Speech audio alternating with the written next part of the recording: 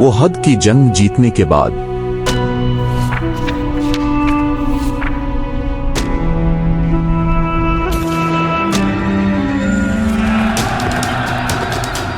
अबू सुफियान को बहुत ज्यादा एतमाद हो गया। उन्होंने फैसला किया कि अब मुसलमानों को खत्म कर देना चाहिए। इस मकसद के लिए उन्होंने तकरीबन 10,000 लोगों की बड़ी फौज तैयार कर ली।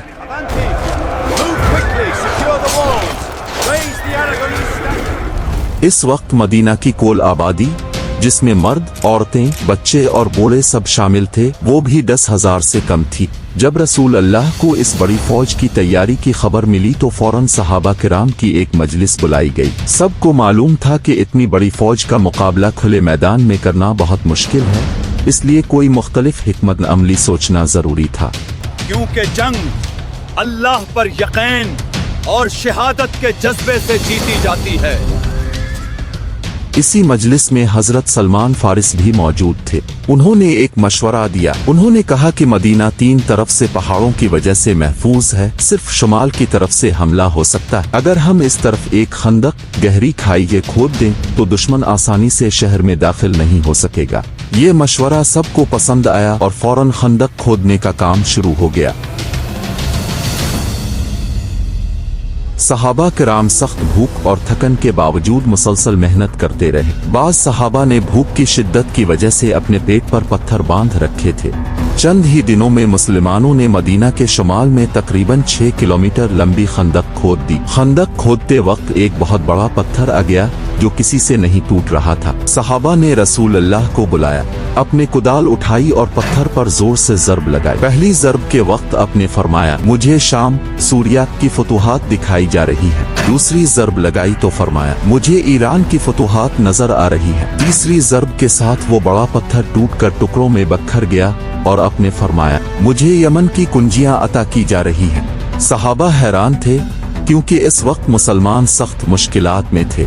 खाने को कुछ नहीं था और सामने 10,000 की फौज आ रही थी।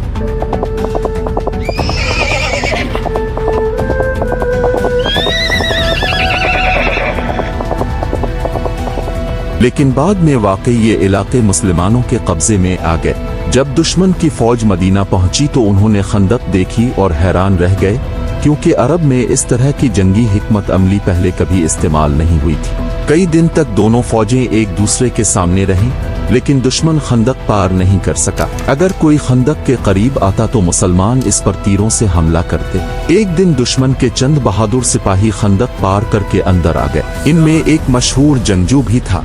इस वक्त हजरत अली आगे बढ़े और उसे मुकाबले में शिकस्त दे दी, जिसके बाद बाकी दुश्मन वापस भाग गए। अबू सुफियान ने एक नई चाल चली। उन्होंने मदीना में रहने वाले एक यहूदी कबीले को मुसलमानों के खिलाफ भड़काने की कोशिश की ताकि वो अंदर से हमला करे। इससे मुसलमानों के लिए सूरत हाल बहुत मुश्किल हो गई, क्योंकि एक तरफ दुश्मन की फौज बाहर थी और दूसरी तरफ अंदर से खतरा पैदा हो गया था। इसी दौरान एक शख्स खुफिया तौर पर रसूल अल्लाह के पास आया और कहा कि वो इस्लाम कबूल कर चुका है, लेकिन किसी को इस बात का इल्म नहीं। उसने पूछा कि वो मुसलमानों की क्या मदद कर सकता है। रसूल अल्लाह ने फरमाया कि अगर मुमकिन हो तो दुश्मनों के दरमियान इख्तिलाफ पैदा कर दो। इस शख्स ने बड़ी हिकमत से यहूदियों और मक्का की फौज के दरमियान बदएतिमादी पैदा कर दी।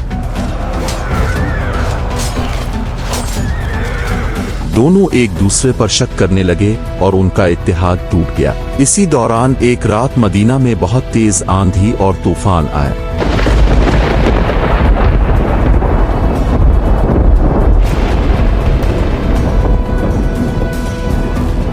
दुश्मन के खेमे उखड़ गए और उनका सामान बखर गया। आखिरकार वो लोग थक हार कर मदीना का मुहासरा खत्म करके वापस चले गए। इस तरह मुसलमान इस मुश्किल जंग में कामयाब हो